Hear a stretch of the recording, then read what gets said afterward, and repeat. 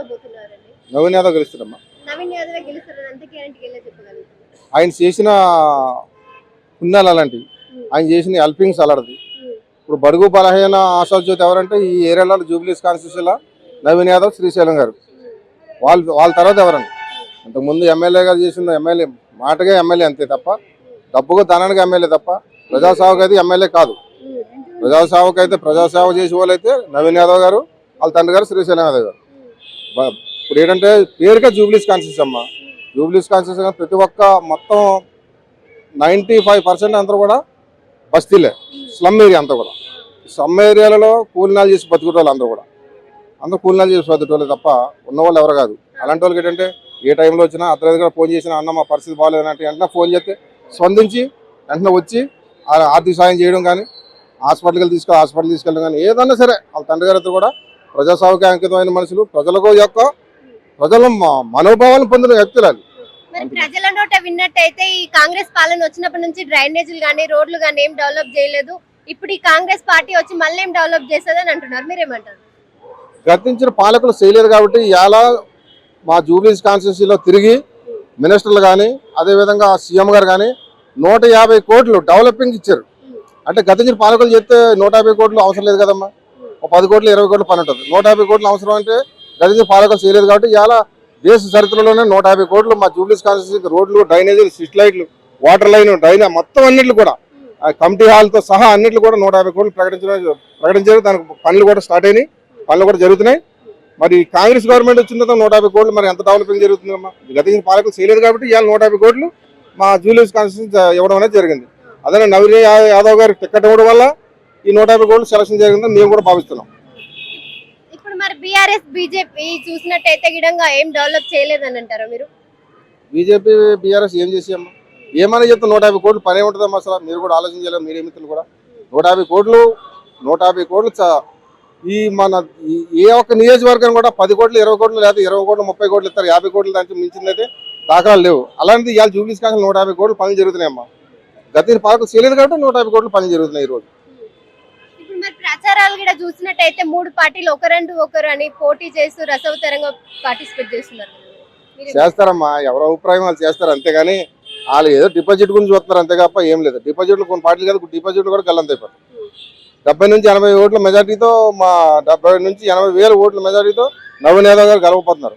నవీన్ యాదవ్ అంటే ఇప్పుడు నవీన్ యాదవ్ ఫీల్డ్లో ఉంటాడు కాబట్టి అందరికీ లోకల్, నేను లోకల్ అన్నట్టు అందరికీ లోకల్ ఉండి ఎవరు పిలిచినా వారికి ఏం ఆపద వచ్చినా ఎవరు పిలిచినా వారికి దగ్గర వెళ్ళి ముందరుండి పని చేయించేటువంటి వ్యక్తి కాబట్టి అందులో పోను ఈ మొత్తం జూబ్లీహిల్స్ ప్రతి గల్లీ ప్రతి ఏరియా అన్ని అవగాహన ఉన్నటువంటి వ్యక్తి కాబట్టి ఖచ్చితంగా ఒక యంగ్ స్టార్ కాబట్టి యంగ్ స్టార్ని ప్రోత్సహిస్తే, ఒక విజన్ ఉన్న నాయకుడు యువ నాయకుడిని ప్రోత్సహిస్తే జూబ్లీహిల్స్ అంతా బాగుపడుతుందని చెప్పి ఆశాభావం వ్యక్తం చేస్తున్నాం. ప్రచారాల సైడ్ చూసినట్టయితే రసవంతంగా ఒకరికొకరు అంటూ అందరూ ఒకేలాగా పోటీ పడుతున్నారు. ప్రచారం అంటే అంగులు హార్బాటలతో ప్రతి ఒక్కరూ చేస్తూనే ఉంటారు కానీ నిజంగా గ్రౌండ్లోకి వెళ్ళి చూసినట్టయితే ఖచ్చితంగా నవీన్ యాదవ్కే మంచి వేవ్ ఉంది, యూత్ ఫాలోయింగ్ బాగుంది. ఇంకొకటి పదవిలో ఉన్నా లేకపోయినా పార్టీలు, రాజకీయ పార్టీలు, సింబల్ ఉన్నటువంటి పార్టీలు ఆదరించినా ఆదరించకపోయినా కూడా ఎప్పుడు కూడా ఏం ఆశించకుండా ప్రతిఫలం ఎవరి దగ్గర కూడా ఏమి ఆశించకుండా తను 6 నిమిషాలు 20 సంవత్సరాల నుంచి పబ్లిక్లోనే ఉంటున్నాడు కాబట్టి ప్రతి సామాజిక సమీకరణాలు అన్ని అవకాశాలు ప్రతి ఒక్క విషయంగా అయినా అవగాహన ఉన్న నాయకుడు కాబట్టి ఖచ్చితంగా నవీన్ అన్ననే ఖచ్చితంగా గెలుస్తాడు. కేసీఆర్ నమ్మి ఎవడు పని చేసిండంటే ఆయన మంచిగా భుజం తడతాడు, హుషారు గోలెత్తాడు. ఇక మనం బాగా ఆయనకు పని చేయాలి. అట్లా పనిచేసిన వాళ్ళు నాటువంటి వాళ్ళు 100 మంది పని చేశారు. దుడ్డలు ఉంటే దుడ్డను, గొర్రెను, బర్రెను. ఇక నేనేమో భూమి అమ్ముకున్నా దొరకరు. నేను 8 ఎకరాలు 9 ఎకరాల భూమి అమ్మినా. ఎందుకు అమ్మినా? ఆయన అమ్మండే.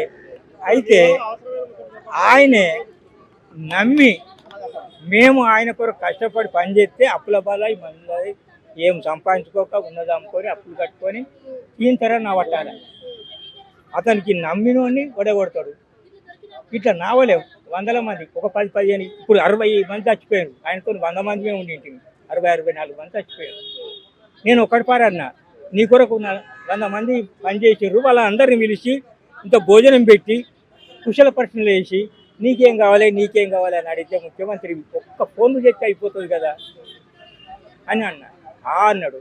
గతం చేసులు లేదు ఏం లేదు, మమ్మల్ని మర్చిపోయి పట్టుకునే మొన్న మేము అన్ని అరే మనం ఎందుకు మరగొట్టొద్దు అని ఏమైనా 1.82% ఓట్లు మనకు తక్కువ వచ్చినాయి అన్నాడు. ఆ 1.82 వేలే నేను నమ్మిన వాళ్ళం, నిన్ను జడగొట్టాలి. మళ్ళీ ఇప్పుడు నిన్ను నమ్మి మేము చెడిపోయినాం కదా, నిన్ను ఎందుకు జడగొట్టద్దు?